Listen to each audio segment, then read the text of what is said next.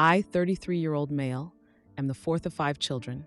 I have 2 older brothers named Sam, who is 37 years old, and Tom, who is 35 years old, an older sister named Mary, who is 39 years old, and a younger sister named Katie, who is 30 years old. We are a blended family.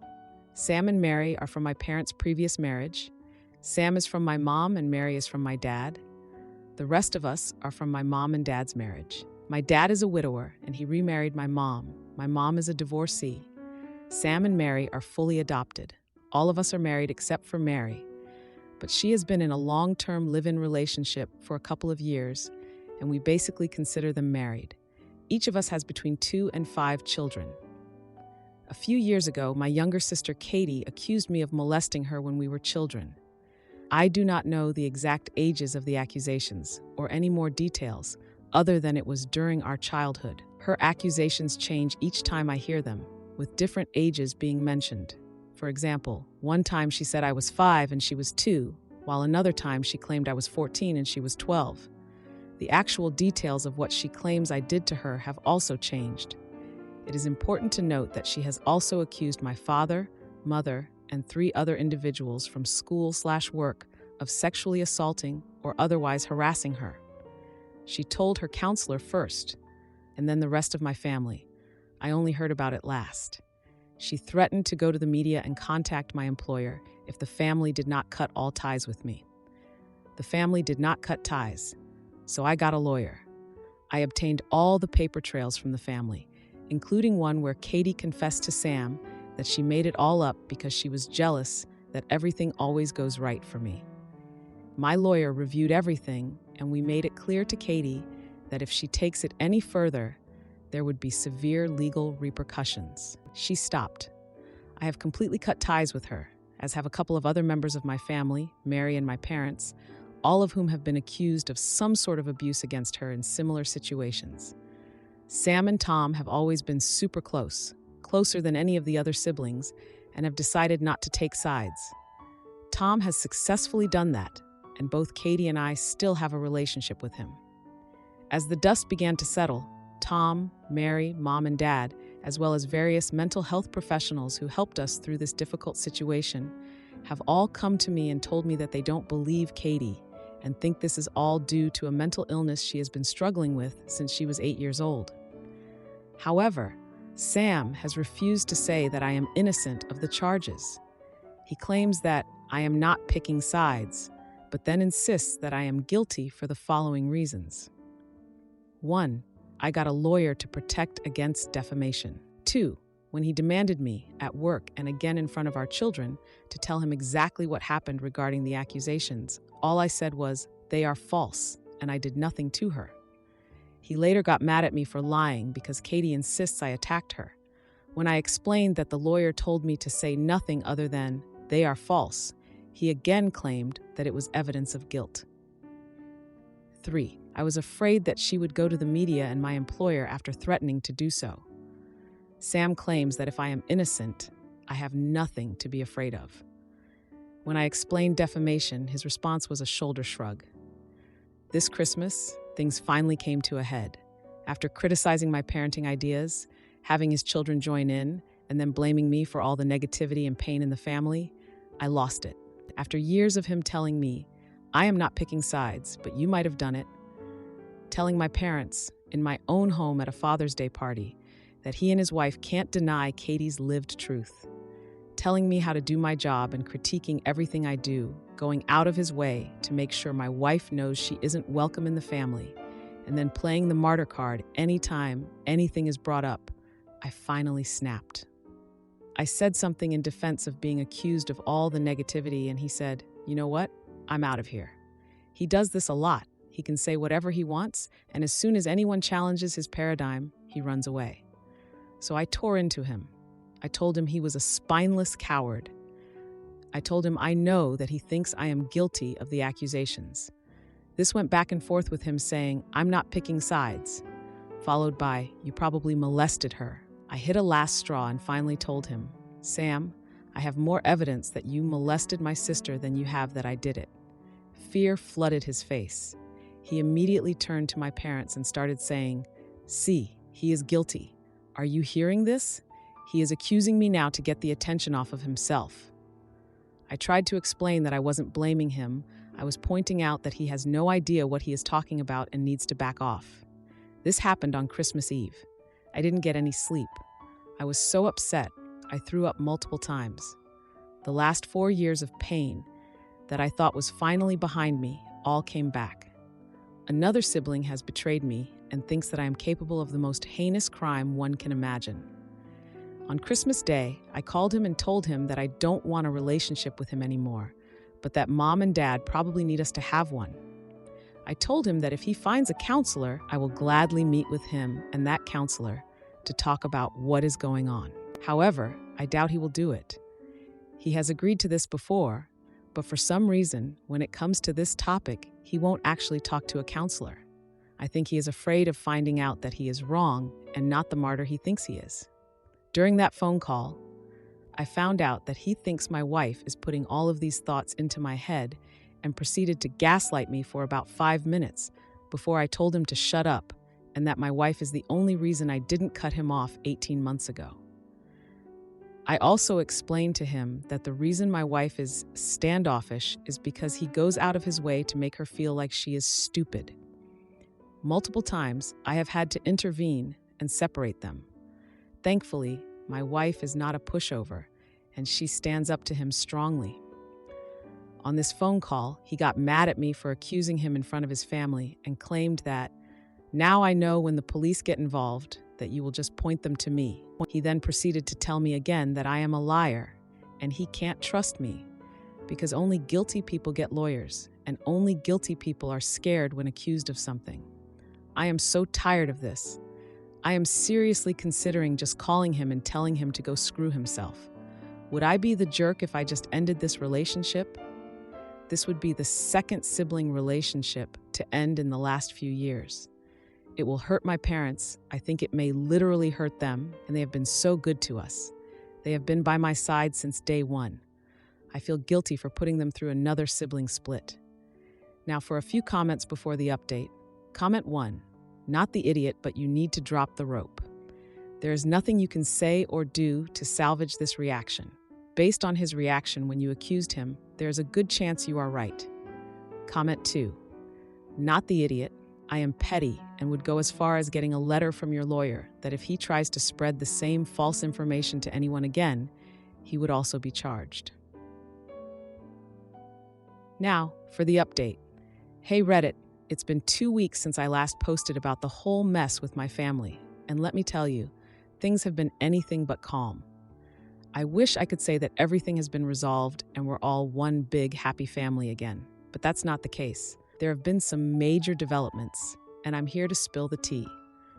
First off, let me give you a bit of history about my brother Sam. He's always been the type to hold a grudge. I remember when we were kids, he wouldn't talk to me for a week because I beat him in a game of Mario Kart. It's just his nature. So, when he started acting weird after the whole accusation thing with Katie, I wasn't surprised. But I never thought it would go this far. After the blowout on Christmas Eve, things got really tense. Sam wouldn't even look at me on Christmas Day. It was like I was a ghost at the dinner table. My parents tried to keep the peace, but you could cut the tension with a knife. It was the worst Christmas ever. A few days after Christmas, I got a call from Tom. He said that Sam had been talking to him about the accusations again. Tom's always been the peacemaker in the family, and he's been trying to stay neutral. But this time, he was really upset. He told me that Sam had been digging into my past, trying to find anything that could make me look guilty. Tom said he didn't want to be in the middle of it anymore, and that he was done with Sam's antics. I couldn't believe it. My own brother was trying to dig up dirt on me. Meanwhile, my wife has been my rock through all of this. She's been so supportive, even though Sam has been nothing but rude to her. She's been dealing with her own family drama too. Her sister went through a nasty divorce last year, and she's been helping her get back on her feet. So she's got a lot on her plate, but she's still been there for me. Then, just when I thought things couldn't get any worse, they did. Last week, I got a call from Mary. She was crying and said that Katie had been hospitalized. She had a mental breakdown and was in a really bad place. Despite everything, my heart broke for her. She's still my sister, and I hate to see her suffering. Mary and I went to visit Katie in the hospital. It was awkward, to say the least. Katie didn't say much, but she did apologize for the accusations. She said she was getting help and that she wanted to make things right. I didn't know what to say. Part of me was relieved to hear her apologize, but another part of me was still angry. After the visit, Mary and I had a long talk. She told me that she's been seeing a therapist to deal with the family drama. She said it's been helping her a lot and suggested that I should see someone too. I've been thinking about it. Maybe it would help me sort through all of this mess. Now, let's talk about Sam. After the hospital visit, I decided to take Mary's advice and reach out to a counselor.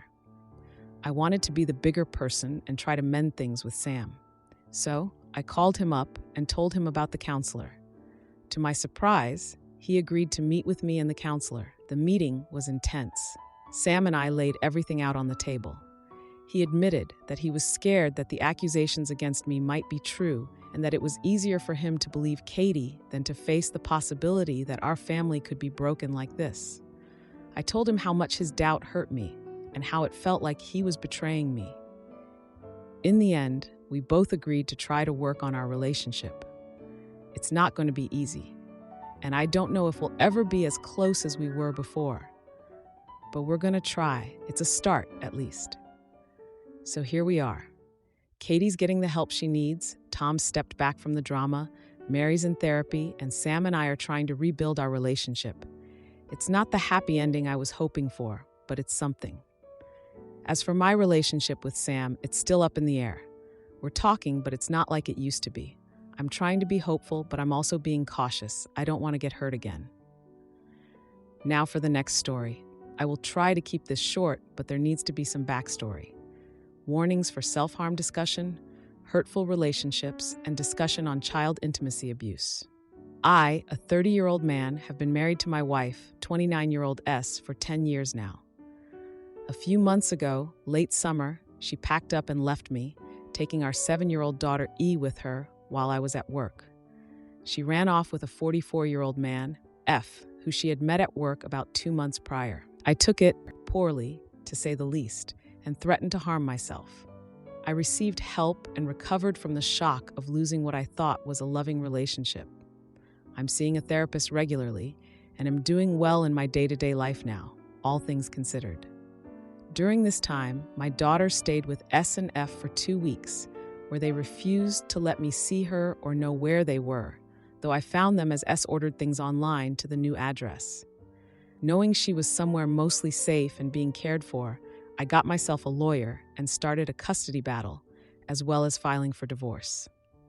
Since then, my daughter has begun living with me almost exclusively, and I've been granted temporary primary custody of her by the courts until we can come to a full resolution. Since then, I have learned from my daughter that when she was staying with S and F, she was staying up until midnight waiting for S to get home from work, wasn't getting dinner always, and most disgustingly, in my opinion, would occasionally share the bed with S and F.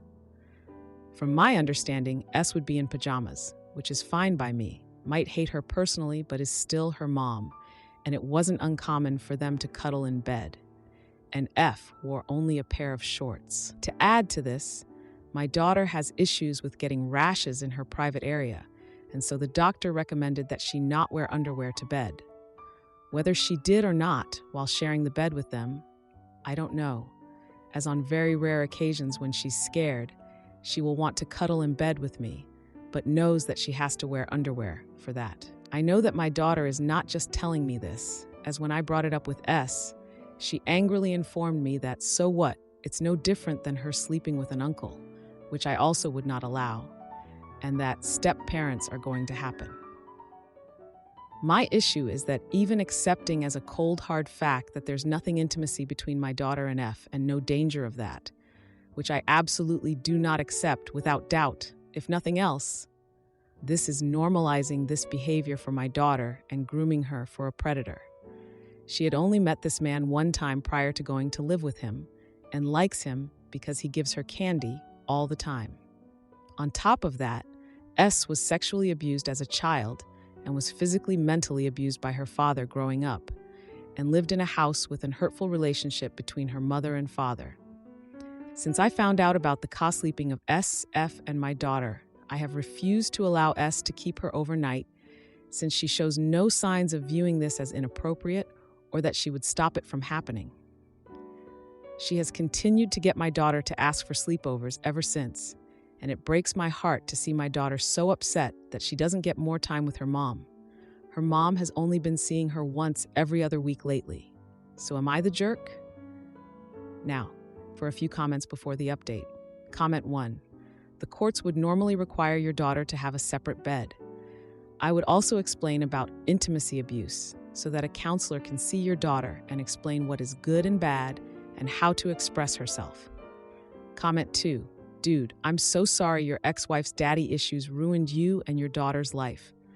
You're doing what needs to be done to keep your girl safe. Screw your ex-wife's feelings. Now for the update. A lot has happened since my last post, and I've got to fill you in on the latest developments. It's been a month of ups and downs, and I've been doing my best to navigate through this mess. I'll try to keep this short, but there's some backstory that's important to understand where we're at now. After my wife S left me for F, a man she met at work, I was devastated. I threatened to harm myself, but thankfully I got help. I've been seeing a therapist and I'm doing better. My daughter E, who's been living with me almost exclusively, has been my rock through all of this. The custody battle has been tough. S has been fighting to get more time with E, but after what E told me about her time with S and F, I've been wary. E mentioned staying up late, not always getting dinner, and sharing a bed with S and F, which raised red flags for me. I've been firm on not allowing overnight stays with S since then. S's history of abuse as a child and her witnessing her parents' hurtful relationship has always been a concern for me. It's clear that her perception of what's appropriate might be skewed. Despite this, she's been pressuring E to ask for sleepovers, which has been putting E in the middle of our issues. Recently, there was a confrontation that changed everything. S showed up at my house unannounced, demanding to take E for the night. I refused, and things got heated. S accused me of being controlling and trying to turn E against her. I stood my ground, reminding her of the concerns I had about E's well-being. The next day, I got a call from E's school. They were concerned because E had been acting out, which was unlike her. I met with her teacher and the school counselor, and E eventually opened up about feeling torn between her mom and me. It was a tough conversation, but it helped me understand how much this was affecting her. I decided to take action. I gathered evidence of S's erratic behavior and her inability to provide a stable environment for E. I also documented the conversations with E's school. With this information, my lawyer and I went to court to argue for a more permanent custody arrangement. The court date was intense. S brought F along, and they both tried to paint me as the bad guy. But when my lawyer presented our evidence, including statements from E's teacher and counselor, the judge saw through their act. The judge was particularly concerned about the co-sleeping arrangements and S's lack of judgment. In the end, the judge ruled in my favor. I was granted full custody of E with supervised visitation for S. It was a huge relief, but I knew the battle wasn't over. S was furious, and I braced myself for her reaction. But then, something unexpected happened. F left S. It turned out he was overwhelmed by the drama and didn't sign up for a custody battle. Without F's support, S was left to reflect on her actions. She started attending therapy and seemed to be making an effort to change. E has been doing better since the court decision. She's been more focused in school and seems happier. S's visits have been going smoothly, and I can tell E enjoys the time with her mom, even if it's just for a few hours under supervision. If you like this video, you'll probably like these too. Also, while you're here, please consider subscribing. It's your support that keeps this channel alive and allows me to make better and longer videos. Have a great day.